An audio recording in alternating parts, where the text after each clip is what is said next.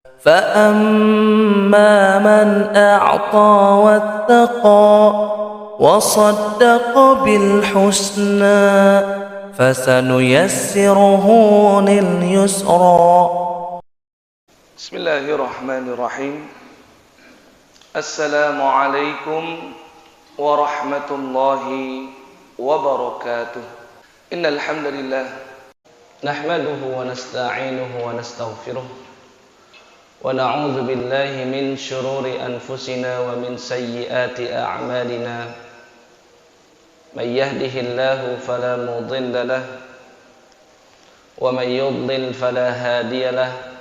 اللهم صل على محمد وعلى آل محمد كما صليت على إبراهيم وعلى آل إبراهيم إنك حميد مجيد. وبارك على محمد وعلى آل محمد كما باركت على إبراهيم وعلى آل إبراهيم إنك حميد مجيد. اللهم سبحانك لا علم لنا إلا ما علمتنا إنك أنت العليم الحكيم. وعلمنا ما ينفعنا وانفعنا بما علمتنا. اللهم إنا نسألك علما نافعا ورزقا طيبا وعملا متقبلا. ربنا زدنا علما وارزقنا فهما آمين يا رب العالمين. ثم أما بعد. Insyaallah pada pagi hari ini kita akan melanjutkan pembahasan kita tentang akidah Islamiyah. Maka di pagi hari ini kita lanjutkan kepada keimanan, meyakini bahwasannya kiamat tentu akan terjadi, al-imanu biyaumil akhir. Dan kita akan mereview kembali tentang asal muasal beriman kepada yaumil qiyamah ini. Masih ingat ketika Sayyidina Umar bin Al-Khattab radhiyallahu taala anhu menceritakan, dan cerita dan kisah ini dituliskan oleh Al-Imam Al-Bukhari, Al-Imam Muslim, dan para a'immatul hadis yang lain, yang mana dia menceritakan ketika kami para sahabat sedang duduk-duduk bersama Nabi sallallahu alaihi wasallam, tiba-tiba datang sesosok laki-laki yang berpakaian sangat putih dengan rambut yang sangat gelimis dan hitam. Tapi kata beliau, wala ya'rifuhu minna ahadun. Tidak ada seorang sahabat pun yang mengenal orang tersebut. Poinnya adalah, jika memang tidak ada yang kenal, berarti dia orang asing, orang luar Madinah. Jika memang dia orang luar Madinah, tentunya dia mengalami perjalanan yang jauh. Jika memang perjalanan itu jauh, tentu pakaiannya tidak akan seputih itu. Melewati padang pasir, pasti berdebu dan agak sedikit kotor. Dan terlihat pada rambutnya itu klimis sekali, hitam, tidak ada debu sedikit pun. Maka dari situ para sahabat udah mulai curiga, ini siapa? Sampai tiba-tiba lelaki tersebut mendekat kepada baginda Nabi Muhammad sallallahu alaihi wasallam. Maka saat itu dia langsung duduk, ya, tidak tanggung-tanggung. Saat itu dia langsung dekatkan kedua lututnya, dia tempelkan dengan kedua lutut Nabi sallallahu alaihi wasallam yang suci. Kemudian diletakkan kedua tangannya di atas fakhidhaihi, di atas kedua paha baginda Nabi sallallahu alaihi wasallam, sedangkan para sahabat tidak ada yang berani melakukan itu. Ya, kalau kita ilustrasikan gitu, sedang majlis seperti ini, datang orang dari pintu sana, ya, melewati kita semua, datang langsung ke tengah. Kemudian tidak hanya itu, dia langsung bertanya, "Ya Muhammad." Yang pada umumnya para sahabat ketika itu kalaulah tidak memanggil ya Rasulullah sallallahu alaihi wasallam atau ya Nabi Allah, Sedangkan ucapan ya Muhammad umumnya itu diucapkan oleh orang-orang Arab Badui, orang-orang Arab pedalaman yang belum terlalu mengenal baginda Nabi Muhammad sallallahu alaihi wasallam. Sedangkan orang ini langsung mengucapkan ya Muhammad. Dan dia berkata, "Akhbirni 'anil Islam." Beritahukan aku tentang apa itu Islam. Kemudian baginda Nabi sallallahu alaihi wasallam sampaikan, ya, al-Islamu, Islam itu adalah apa saja? Antashhada an la ilaha illallah wa anna Muhammadan Rasulullah. Dalam riwayat lain wa anna Muhammadan abduhu wa rasuluh. Sehingga bersyahadat itu boleh asyhadu an la ilaha illallah wa asyhadu anna Muhammadan Rasulullah. Diperbolehkan juga asyhadu an la ilaha illallah wa asyhadu anna Muhammadan abduhu wa rasuluh. Dalam tahiyat dan tasyahud akhir kita yang sebagai rukun salat tidak sah jika tidak dikerjakan. Dan posisi paling banyak rukun salat itu ketika duduk tasyahud akhir. Duduknya dia adalah rukun. Tahiyatnya itu adalah rukun at-tahiyat. Baik dengan jalur riwayatnya Sayyidina Umar, at-tahiyatu lillah, az-zakiyatu lillah, at-tayyibatu lillah, as-salawatu lillah, ataupun dengan lafaz jalurnya Ibnu Abbas radhiyallahu taala anhuma, at-tahiyatul mubarakatus salawatut tayyibatu lillah, atau melalui jalurnya Sayyidina Abdullah bin Mas'ud radhiyallahu taala anhu, at-tahiyatu lillah was-salawatu wat-tayyibat. Kemudian tasyahudnya juga rukun, salawatnya juga rukun. Itu posisi paling banyak rukun di dalam salat ketika sedang duduk tasyahud akhir. Nah, di situ tasyahudnya ada yang asyhadu an la ilaha illallah wa asyhadu anna Muhammadan Rasulullah. Riwayatnya Ibnu Abbas. Sedangkan riwayat Ibnu Mas'ud dan riwayatnya Sayyidina Umar bin Khattab dalam kitab Al-Muwatta Imam Malik, asyhadu an la ilaha illallah wa asyhadu anna Muhammadan abduhu wa rasuluh. Kemudian beliau terangkan rukun Islam yang kedua itu adalah salat, kemudian membayar zakat, kemudian berpuasa di bulan Ramadan, dan haji jika memang mampu untuk datang ke sana. Baik kemampuan itu mencakup finansial, mencakup kesiapan mental, dan juga mencakup rasa aman untuk berangkat ke sana. Dan bayangkan anak-anak kita zaman saat ini untuk menyebutkan, sekedar menyebutkan rukun Islam saja mereka tertukar dengan rukun iman. Ketika ditanyakan rukun iman, mereka sebutkan rukun Islam. Ya, ini hadis yang sangat fundamental bagi seorang muslim, sangat penting, sangat dasar. Kemudian laki-laki tersebut berkata sodaqta. Ini sahabat semakin aneh. Ini keanehan di atas keanehan. Sudah orang baru datang, langsung bertanya kepada baginda Nabi seperti tidak sopan. Tapi bahkan sekelas Sayyidina Umar tidak berani untuk menegur dia. Padahal umumnya kalau ada seseorang yang qalilul adab ma'an Nabi SAW, kurang adab sama Nabi, itu biasanya Sayyidina Umar itu akan berani untuk menegur. Ya, tapi Umar pun segan dengan orang tersebut. Memang terlihat ini bukan orang biasa. Dan semakin terkejut sahabat ketika dia mengatakan shadaqta, engkau benar. Fa'ajibna lahu yas'aluhu wa yusaddiquhu. Kata Umar, kami heran, ini orang nanya, setelah dikasih jawaban dia membenarkan. Ini orang sebenarnya nanya ngetes atau memang dia nanya betul. Kemudian dia bertanya lagi tentang keimanan. Maka disitulah Nabi sallallahu alaihi wasallam menjawab, antu'mina billahi wa malaikatihi wa kutubihi wa rusulihi. Poin yang keempat, beriman kepada rasul-rasulnya, dan ini sudah kita habiskan di bulan lalu.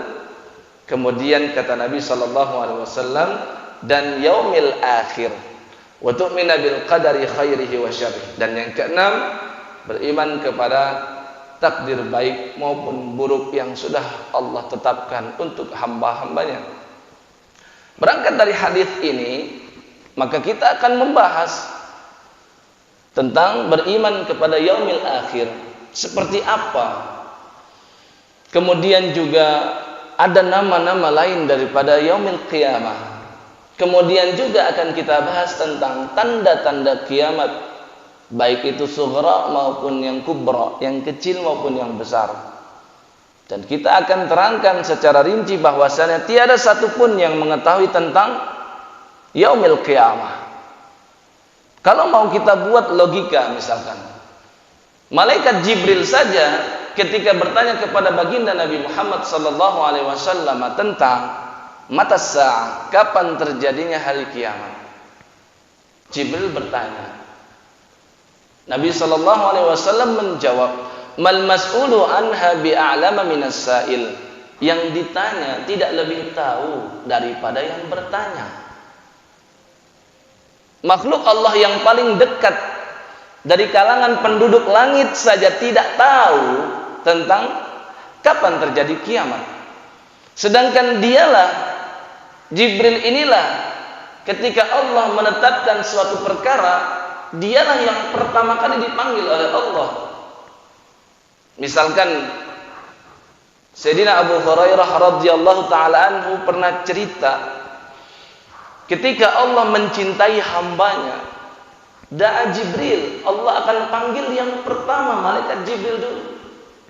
Allah sampaikan kepadanya, ya Jibril, inni uhibbu fulanan, aku mencintai fulan, bukan aku mencintai salah satu di antara hambaku, tapi Allah sebut namanya, aku mencintai si fulan. Bayangkan nama kita yang disebut oleh Allah, dan semoga nama-nama kita ini termasuk yang pernah disebut oleh Allah di atas langit sana. Aku mencintai si fulan, maka fa'ahibbah, cintailah juga si fulan. Maka sejak saat itu Jibril mencintai fulan tadi. Kemudian Jibril panggil seluruh penduduk langit, yaitu para malaikat, dan menyampaikan sesungguhnya Allah mencintai si fulan, maka kalian juga harus cinta kepadanya. Maka sejak saat itu nama dia harum seantero langit, walaupun mungkin dia bukan siapa-siapa di bumi. Nah, ini contoh Allah ketika menetapkan sesuatu, yang pertama kali tahu itu adalah siapa? Jibril alaihissalatu wassalam. Sedangkan Jibril bertanya tentang kiamat, menandakan dia tidak tahu. Sedangkan makhluk Allah yang paling amanah di atas muka bumi, yaitu baginda Nabi Muhammad SAW, yang paling dekat dengan Allah pun menjawab, yang ditanya tidak lebih tahu daripada yang bertanya. Ini kita mau pakai logika generasi zaman sekarang. Ada yang dengan beraninya, ada yang dengan bangga dan jumawanya mengatakan tahu tentang hari kiamat, bisa memprediksi tentang hari kiamat. Bayangkan, mau kita bandingkan ya, malaikat Jibril, Nabi Muhammad SAW, bahkan Israfil yang bertugas untuk meniupkan sangkakala adalah pihak ketiga yang tidak tahu tentang kiamat. Tidak akan terjadi kiamat kecuali dialah yang meniupkan sangkakala. Sedangkan dia saja tidak tahu. Dia yang disebut dengan sahibul qarn, pernah kita bahas tentang alam malaikat. Dia yang disebut dengan sahibus sur, pemilik trompet, pemilik sangkakala, yang kata baginda Nabi SAW, qadil taqama al-qarn, dia sudah dalam kondisi mengulung trompetnya, sudah menempel pada mulutnya, sudah siap. Yang mana kata Nabi SAW, tarfa sahibis sur wukkila bihi musta'id. Dia ini sejak ditugaskan oleh Allah untuk meniupkan sangkakala, dia selalu musta'id, selalu siap. Nggak ada ceritanya malaikat itu ngantuk, Pak ya. Nggak ada ceritanya malaikat itu ya sedang bete, jenuh dengan pekerjaan yang selama ini mereka lakukan. Nggak ada cerita seperti itu. Dia senantiasa siap. Pandangannya, kata Nabi SAW, yanzuru nahwal arsh, Pandangan matanya selalu melihat arsy Allah, singgasana Allah, melihat begini. Kenapa? Makhafata an yu'mar. Dia takut nengok ke kanan, nengok ke kiri. Ketika Allah perintahkan untuk tiup, dia terlambat untuk melaksanakan karena apa? Karena dia masih dalam kondisi menengok ke kanan ke kiri. Allah perintahkan untuk tiup, dia masih dalam kiri, maka terlambat dia. Hadis ini semakin menunjukkan Israfil pun menunggu perintah dari Allah. Dia tidak tahu jadwalnya kapan. Masa ada generasi sekarang manusia yang mana secara umum manusia tidak tahu yang gaib. Sedangkan Allah berfirman, alimul ghaibi wasyahadah, fala yuzhiru ala ghaibihi ahada illa man irtada mir rasul. Allah lah yang mengetahui segala yang gaib dan yang nampak. Fala yuzhiru ala ghaibihi ahada. Allah tidak akan menampakkan yang sudah jelas-jelas gaib kepada siapapun, kepada satupun, illa man irtada. Ada pengecualian, yaitu rasul-rasul yang Allah ridhoi. Siapa orang yang memprediksi hari kiamat? Sahabat bukan, tabi'in bukan, ulama bukan, kiai bukan, ustadz bukan, rasul juga bukan. Tapi kok dengan beraninya mengatakan mengetahui kapan terjadinya hari kiamat. Ini harus menjadi doktrin kita pertama dulu tentang kiamat. Gak ada satupun yang tahu. Betul-betul dirahasiakan. Ya, malaikat Jibril nggak tahu, Israfil nggak tahu, baginda Nabi Muhammad SAW nggak tahu, apalagi manusia biasa seperti kita. Ya, ini harus menjadi doktrin pertama yang ada pada pikiran kita. Yang kedua, lalu apa definisi daripada kiamat? Kita sering menyebut hari kiamat. Kiamat itu berasal dari bahasa Arab qiyamah. Akar katanya qama yaqumu, qiyaman wa qauman wa qaumatan. Terus sekarang berubah menjadi qiyamah. Kita tahu qama yaqumu itu berdiri kan? Kalau di madrasah itu biasanya kum, ya, atau terkadang kalau guru datang qiyaman wahtiraman, ya kan? Ayo berdiri dan berikan salam dan penghormatan kepada guru, ya. Atau kita pernah mendengar istilah qiyamul lail, ya kan? Qiyamul lail apa? Menghidupkan malam. Kenapa dipilih kata qiyam untuk menghidupkan malam, bukan ihyaul lail? Kalau menghidupkan ihya, ya, dari kata hayat. Hayat itu adalah hidup. Ahya yuhyi, menghidupkan. Allah adalah al-muhyi wal mumit. Allah yang menghidupkan dan dialah yang mematikan. Kenapa tidak dipilih ihyaul lail, menghidupkan malam? Dikarenakan orang yang biasanya menghidupkan malam, cara dia menghidupkan malam dengan sholat tahajud atau qiyamul lail. Sedangkan sholat yang terbaik diantaranya adalah ketika dia memperpanjang bacaan Quran dalam kondisi berdiri, maka dipilihlah istilah qiyamul lail. Ya, hari kiamat. Ya, tadi qama yaqumu berdiri, qiyaman, aslinya qiyaman, ditambahkan tak marbuthah di akhir. Dalam gramatikal bahasa Arab, tak marbuthah itu manfaatnya tidak hanya menunjukkan muannats, menunjukkan feminin. Ya, biasa kita sebut perempuan, gitu. Gender, female. Tapi tak marbuthah itu diantara untuk menunjukkan mubalaghah. Mubalaghah itu untuk hiperbola, sesuatu yang dilebih-lebihkan. Maka orang Arab kalau ingin memuji seseorang dia sangat berilmu, tidak cukup dengan kata alim. Alim itu kita sebut orang yang alim, yang berilmu. Tapi disebut dengan alam, orang yang berilmu. Kalau ilmunya sudah sangat tinggi, ditambahkan tak marbuthah di belakang menjadi al-allamah. Maka pernah mungkin kita mendengar al-allamatus syekh, siapa? Fulan bin fulan. Begitu juga dengan qiyamun, itu artinya berdiri. Kalau ditambahkan dengan tak marbutoh di akhir, qiyamatun, ini menunjukkan berdirinya sangat lama. Dikarenakan apa? Baginda Nabi SAW yang terangkan, ketika kita semua nanti dibangkitkan, menunggu keputusan dari Allah Jalla Jalaluh, saat itulah kita berdiri begitu lama.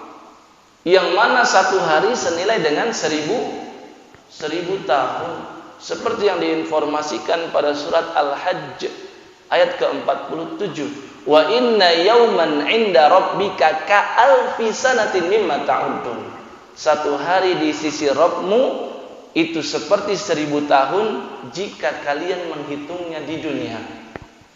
Berdirinya sangat lama menunggu keputusan dari Allah. Ya. Dan saat itu kita dalam kondisi tidak beralas kaki, tidak berbusana, bahkan ghorlan, dalam kondisi tidak lagi dikhitan. Dikembalikan itu daging yang hanya sekelumit kecil, dikembalikan. Kenapa? Karena Allah ingin menunjukkan keadilan seadil-adilnya. Karena Allah ingin menunjukkan bahwasannya Dia akan menghisab seluruh anggota tubuh itu, bahkan bagian anggota tubuh yang dibuang yang sangat kecil. Boleh jadi ada bagian di situ, bagian ketaatan atau bagian kemaksiatan. Maka Nabi pernah terangkan, wa fi bud'i ahadikum shadaqah. Bahkan di alat vitalmu, di alat kelaminmu itu ada sedekahnya juga.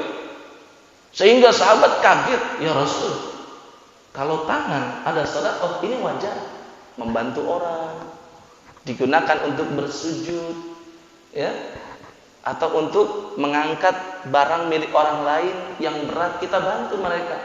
Kalau kaki, kami merasa itu mungkin, dikarenakan kaki digunakan untuk melangkahkan menuju masjid, ya, menuju kebaikan-kebaikan. Tapi kok sampai bagian alat itu ada sedekahnya juga?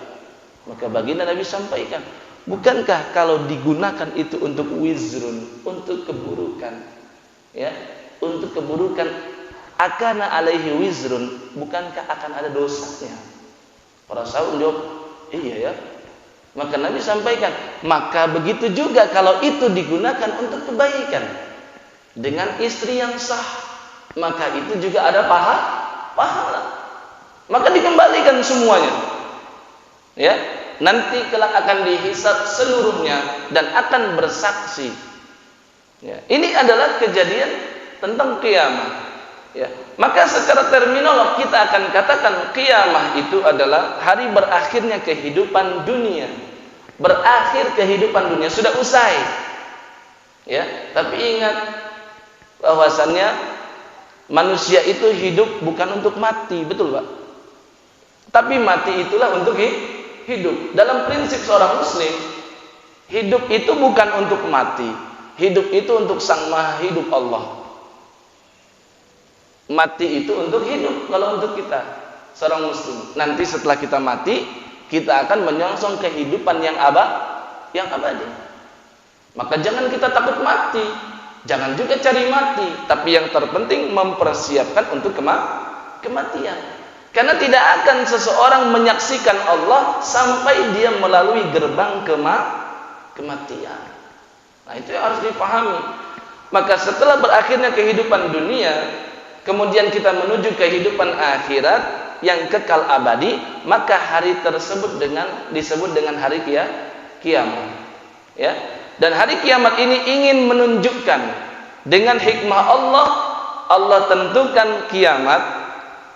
Hal ini bertujuan diantaranya untuk menunjukkan keadilan Allah. Siapapun yang melakukan perbuatan baik, maka tidak akan Allah sia-siakan begitu saja. Akan Allah balas dengan sebaik-baiknya. Siapapun yang berbuat buruk kepada orang lain dan tidak pernah meminta maaf kepadanya atau kerelaan daripadanya, maka tentu dengan keadilan Allah tidak akan biarkan hal itu terjadi. Mungkin bisa lepas dari pengadilan dunia, maka Allah berikan ketentuan ada pengadilan akhirat, agar yang zalim tadi mendapatkan balasannya. dan agar yang dizalimi pun juga mendapatkan ganjarannya. Maka kita akan hidup dengan tenang di dunia ini. Betul nggak? Kalau kita meyakini kiamat, terminologinya seperti itu dan hikmahnya seperti itu, seorang muslim akan tenang hidup di dunia. Dia tidak akan menzalimi orang lain karena dia yakin nanti dibangkitkan oleh Allah dan orang yang zalim akan dibalas oleh Allah. Dan dia pun ketika dizalimi oleh orang lain, hatinya pun tenang, mudah untuk memaafkan. Karena dia tahu dia akan mendapatkan ganjaran dari Allah, dan ganjaran itu akan semakin besar ketika dia memaafkan. Karena innama yuwaffas sabiruna ajrahum bighairi hisab. Hanya orang-orang sabar sajalah yang akan diberikan ganjaran oleh Allah unlimited, tanpa terbatas. Dan kita tidak akan membenci orang lain. Jika kita mengetahui mengimani kiamat, di antara hikmahnya, kita tidak akan membenci pribadi orang tersebut. Andai kata dia zalim kepada kita, yang kita benci itu perbuatannya, bukan orangnya. Andai kata dia zalim kepada orang lain, kita tidak akan mudah menjustifikasi dia. Kita akan berhusnuzon, mungkin dia begini, mungkin dia begitu. Dan kalau memang niat dia betul-betul menzalimi, tetap kita akan membenci perbuatan, bukan pribadi orangnya. Ini diantara hikmah kenapa Allah menetapkan hari kiamat. Lalu kenapa dipilih oleh Allah dengan lafal qiyamah, yaumul qiyamah? Karena tadi kita lihat dari asal kata qiyam, maka para ulama menyebutkan tidak disebut dengan nama yang lain yang lebih populer daripada kiamat, melainkan dikarenakan di hari tersebut akan terjadi 3 qiyam bagi manusia. Akan terjadi 3 qiyam. Tadi qiyam itu artinya bangkit, bangun, berdiri, bisa juga maknanya terjadi. Itu makna qiyam. Qiyam yang pertama yaitulah qiyamun nas. Di hari tersebut manusia semua akan bangkit. Bangkit dari mana, Pak? Bangkit dari kuburnya. Ya. Di hari kiamat semua manusia akan dibangkitkan dari kubur mereka menuju padang mahsyar untuk menghadap kepada Allah, Rabb semesta alam. Ya. Maka Allah Subhanahu wa taala berfirman tentang ini. Yauma yaqumun nasu lirabbil alamin, di surah Al-Mutaffifin, surah ke-83. Wailul lil mutaffifin alladzina idza iktalu 'alan nasi yastawfun wa idza kanuhum aw wazanuhum yukhsirun ala yadhunnu ulaika annahum mab'utsun liyaumin 'azim yauma yaqumun nasu lirabbil alamin. Perhatikan, di antara penyebab orang ketika berniaga mereka melakukan kecurangan, yaitu menakar timbangan tidak sesuai, dia kurang-kurangin, maka mereka disebut dengan al-mutaffifin. Dan Allah berfirman, wailun bagi mereka, kecelakaan, kebinasaan bagi mereka. Menurut Ibnu Abbas bahkan wailun itu adalah sebuah lembah di neraka jahanam. Dikhususkan bagi orang-orang yang disebutkan oleh Allah kata wailun di sana. Artinya ada siksaan khusus bagi al-mutaffifin. Alladzina idza talu 'alan nasi yastawfun. Giliran dia yang ditimbang, dia sebagai pembeli, maka dia meminta kepada penjual untuk sempurnakan timbangannya. Tapi giliran dia yang menjadi penjual, dia kurang-kurangin itu takarannya. Yang harusnya ya 3 kilo, dia kurang-kurangin. Nah, ini bermasalah. Kenapa bisa orang seperti itu? Dikarenakan dia tidak meyakini yauma yaqumun nasu lirabbil alamin. Maka Allah berfirman tadi, ala yadhunnu ulaika annahum mab'utsun. Tidakkah mereka meyakini kelak mereka akan mab'uts, akan dibangkitkan oleh Allah, liyaumin azim, dan kebangkitan itu pada hari yang begitu besar, yang begitu agung, Yauma yaqumun nasu lirabbil alamin. Di sini poinnya. Yaqumun nasu lirabbil alamin. Hari di mana manusia semua akan bangkit menghadap Allah Rabb semesta alam. Maka ini qiyam yang pertama. Jadi kenapa hari yang seperti ini, hari kehancuran dunia disebut dengan qiyamah? Alasan pertama, karena ada qiyam, yaitu qiyam, berdiri, bangunnya, bangkit manusia untuk menghadap Allah. Ini yang pertama. Yang kedua, ya, alasannya apa? Qiyamul ashhad. Tidak hanya Allah membangkitkan manusia, tapi Allah juga membangkitkan dan menghadirkan al-ashhad. Al-ashhad itu bentuk plural dari syahidun, yaitu para saksi. Ya, para saksi semua akan Allah hadirkan. Maka Allah berfirman di surah Ghafir, surah yang ke-40 di ayat yang ke-51, dan di situ disebutkan yauma yaqumul ashhad. Inna lanansuru rusulana walladzina amanu fil hayatid dunya wa yauma yaqumul ashhad. Sesungguhnya kami akan menolong utusan-utusan kami. Para nabi dan rasul tentu akan Allah tolong dan berikan kemenangan. Walladzina amanu, dan orang-orang yang beriman yang bersama dengan nabi dan rasul. Kemudian apa kata Allah berikutnya? Fil hayatid dunya, baik di kehidupan dunia, wa yauma, dan di hari yaqumul ashhad, di mana Allah akan hadirkan banyak saksi. Jadi alasan dipilih kata qiyamah tidak hanya dikarenakan manusia dibangkitkan, tapi Allah juga membangkitkan para saksi. Saksinya begitu banyak sehingga tidak bisa seorang pun mengelak. Allah Maha tahu, maka Allah menjadi saksi bagi semuanya. Lihat bagaimana Allah berfirman kepada Nabi Muhammad SAW. Wa ma takunu fi sya'nin wa ma tatlu minhu min Qur'an. Wahai Muhammad, wa ma takunu fi sya'nin, tidaklah engkau dalam sebuah urusan, wa ma tatlu minhu min Qur'anin, dan tidaklah kamu sedang membaca Al-Quran, wala ta'amaluna min amalin illa kunna alaikum syuhudan, atau kamu dalam aktivitas amal yang lain melainkan kami sebagai syuhudan, sebagai saksi atas itu semua. Allah menjadi saksi. Jika kita tidak puas dengan kesaksian dari Allah, maka Allah hadirkan saksi yang lain sehingga kita tidak bisa mengelak. Saksi dari mana? Dari kalangan malaikat. Di surat Qaf di ayat ke-18, ya, ketika Allah di dua ayat sebelumnya menceritakan walaqad khalaqnal insana wa na'lamu ma tuwaswisu bihi nafsuhu wa nahnu aqrabu ilayhi min hablil warid. إذ يتلقى المتلقيان عن اليمين وعن الشمال قعيد. Di ayat ke-18-nya, ما يلفظ من قول إلا لديه رقيب عتيد.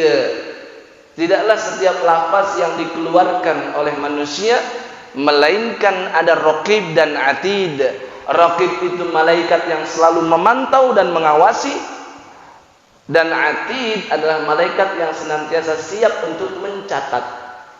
Gak puas dengan kesaksian dari Allah, maka Allah hadirkan malaikat untuk memberitahukan kamu memang melakukan itu. Gak puas dengan kesaksian dari malaikat, Allah hadirkan para nabi dan rasul sebagai saksi atas umatnya. Maka siapapun yang mengaku dirinya cinta kepada baginda Nabi SAW, dengan lisannya keluar kata seperti itu, namun perbuatannya jauh dari tuntunan Nabi, nanti Nabi akan hadir justru mengatakan dia bukan umatku, bersaksi. Nabi SAW akan dihadirkan. Dari mana kita tahu? Ketika Sayyidina Abdullah bin Mas'ud cerita, suatu ketika aku bersama dengan Nabi SAW, tiba-tiba baginda Nabi perintahkan aku untuk membaca Al-Quran. Aku terkejut. Maka aku bertanya kepada beliau, "Aqra'u 'alaika wa 'alaika unzil?" Iya Rasul, yakin nih. Aku baca Quran di hadapan engkau, sedangkan Quran itu turunnya kepada engkau. Seharusnya aku yang mendengar. Dan perhatikan jawaban Nabi ini menunjukkan seseorang sangat dianjurkan untuk mendengar bacaan Quran dari orang lain. Karena boleh jadi melalui orang lain dengan bacaan yang lebih indah dan dia lebih penuh penghayatan, kita akan asyik juga. Seperti bagaimana Nabi asyik dan senang mendengar bacaan sahabat, di antaranya sahabat Abdullah bin Mas'ud. Dan dialah guru besar Quran sepanjang masa. Maka Nabi pernah sampaikan, "Man sarrahu an yaqra'al Qur'an ghaddan kama unzil." Siapapun yang ingin membaca Al-Qur'an persis seperti ketika diturunkan kepadaku, falyaqra' bi qira'ati ummi ibni Abd. Maka hendaklah dia membaca Quran seperti qiraahnya Ibnu Ummi Abd. Siapa Ibnu Ummi Abd? Sebutan untuk Abdullah bin Mas'ud. Dibacakan oleh beliau surat An-Nisa dari awal, "Ya ayyuhan nasu taqu rabbakum alladzi khalaqakum min nafsin wahidah wa khalaqa minha zawjaha wa batha minhuma rijalan katsiran wa nisaa." Sampai dengan ayat 41, "Fa kaifa idza ji'na min kulli ummatin bi syahid wa ji'na bika 'ala haula'i syahida." Apa kata Allah? Fakaifa idza ji'na min kulli ummatin bi syahid. Bagaimana jika kami mendatangkan dari setiap umat ada saksi-saksi? Wa ji'na bika 'ala haula'i syahida. Tidak cukup dengan itu, maka Allah hadirkan Muhammad sebagai saksi atas umat-umatnya. Kalau syahid disandingkan dengan huruf lam setelahnya, ini kesaksian yang menguntungkan. Tapi bahasa Quran di situ di ayat 41 An-Nisa, "Wajibna bika 'ala haula'i syahida." Maka Rasul bisa menjadi syahidun lana, saksi yang menguntungkan kita ketika kita sering baca Al-Quran, meneladani sunnah-sunnah beliau. Maka Rasul akan hadir dan membenarkan memang kita sebagai umat beliau, saksi yang menguntungkan untuk kita. Tapi kalau kita tidak melakukan itu, Rasul justru menjadi syahidun alaina, menjadi saksi yang menjerumuskan kita. Itu permasalahannya. Maka disebut dengan qiyamah karena yang kedua tadi, Allah menghadirkan banyak saksi saat itu. Apakah cukup dengan saksi dari Nabi? Kalau nggak puas juga, Allah hadirkan saksi-saksi yang lain. Bahkan bumi tempat kita berpijak akan menjadi saksi. Ketika baginda Nabi SAW membaca surat Az-Zalzalah, "Idza zulzilatil ardu zilzalaha wa akhrajatil ardu athqalaha wa qala al-insanu ma laha yawma idzin tuhadditsu akhbaraha." Di poin yauma idzin tuhadditsu akhbaraha, Nabi berhenti sejenak. Yang maknanya pada hari itu tuhaditsu akhbaraha, bumi yang tadi berguncang itu, yang dia telah berguncang dikarenakan perintah dari Allah, maka dia tuhaditsu akhbaraha, akan ceritakan berita-berita yang selama ini ia simpan. Dari awal manusia pertama menginjakkan kaki di bumi sampai dengan manusia terakhir, bumi itu menyimpan memori, itu ada. Maka Nabi bertanya, "Atadruna ma akhbaruha?"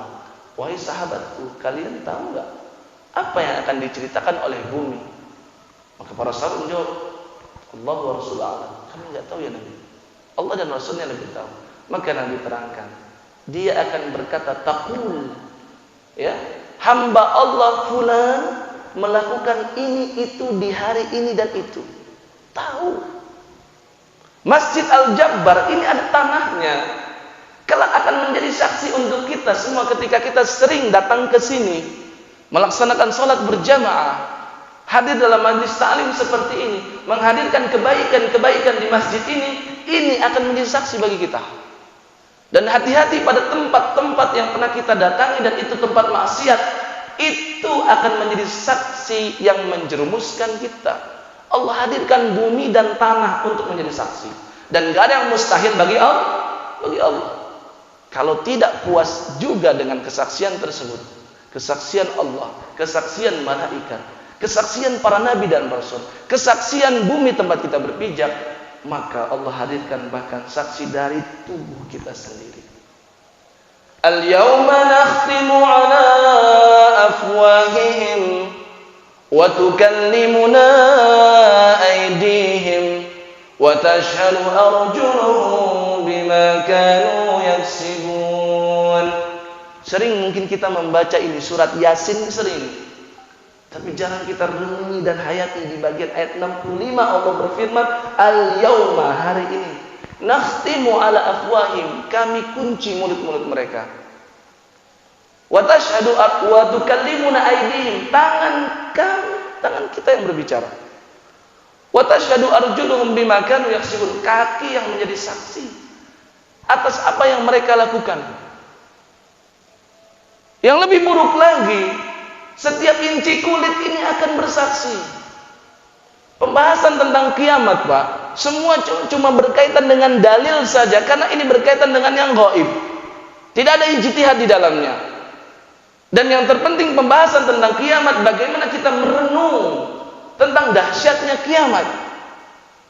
Maka bagi yang betul-betul ingin mengambil pelajaran, dia akan bertambah keimanannya.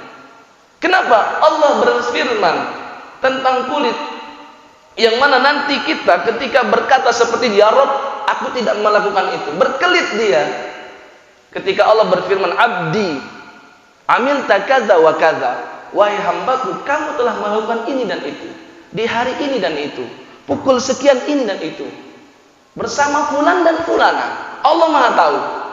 Gak puas dengan perkataan Allah, Allah hadirkan malaikat tadi, catatannya ada. Gak puas dengan itu, Allah hadirkan baginda Nabi SAW. Gak puas dengan itu, Allah hadirkan tanah tempat dia melakukan itu. Gak puas lagi dengan itu, maka Allah membuat kulit-kulit kita berbicara. Saat itu kita protes dengan kulit kita. Wa qalu li juludihim lima syahidtum alaina. Mereka akan berkata kepada kulit mereka sendiri, kenapa kalian, wahai kulit, kenapa kalian berbicara, bersaksi tentang ini dan itu, padahal nanti kita semua akan disiksa. Maka kulit mengatakan, qalu antaqana Allahu alladzi antaqa kulla syai'. Memang di dunia kulit nggak bisa berbicara, tapi Allah Maha Kuasa menjadikan kulit bisa berbicara di hari kiamat. Maka disebut dengan kiamat karena alasan yang kedua, Allah bangkitkan para saksi dan hadirkan mereka. Sedangkan alasan ketiga, kenapa dipilih kiamat bukan yang lain, yaitu dikarenakan terjadinya qiyamul adl. Apa itu qiyamul adl? Bangkitnya dan tegaknya keadilan seadil-adilnya. Tidak akan ada yang dikurangi, tidak akan ada yang dilebihkan. Semuanya akan mendapatkan atas apa yang mereka lakukan. Maka Allah berfirman, wa nad'ul mawazinal qista liyaumil qiyamah, dan kami akan meletakkan al-mawazin, timbangan-timbangan. Fala tudlamu nafsun, maka setiap orang tidak akan dizalimi oleh Allah. Banyak kita dengar ayat di dalam Al-Quran, dan ini bagi yang merenungi saja, yang sering membaca Quran pasti akan temukan lafal-lafal seperti ini, wala yuzlamuna fatila wala yuzlamuna naqira. Mereka tidak akan dizalimi barang sefatil sedikit pun. Apa itu fatil? Bapak Ibu yang hobi makan kurma, ya, pulang dari majelis ini, makan kurma di rumah, perhatikan bijinya. Pada biji kurma itu ada garis, itu yang disebut dengan fatil. Dan memang cara Quran untuk menjadikan orang-orang Arab mengerti itu diberikan analogi yang sesuai dengan mereka saat itu. Maksudnya apa? Mereka tidak akan dizolimi walaupun sekecil fatil itu, yang garis itu. Dan yang garis itu kalau kita balik ada bentuk bulatan seperti ukiran kecil. Coba diperhatikan. Ini kan termasuk mentadabburi kebesaran Allah melalui makhluknya. Bahkan kurma saja bisa menjadikan kita semakin bertakwa kepada Allah kalau memang kita renungi. Allah berfirman, wala yuzlamuna naqira.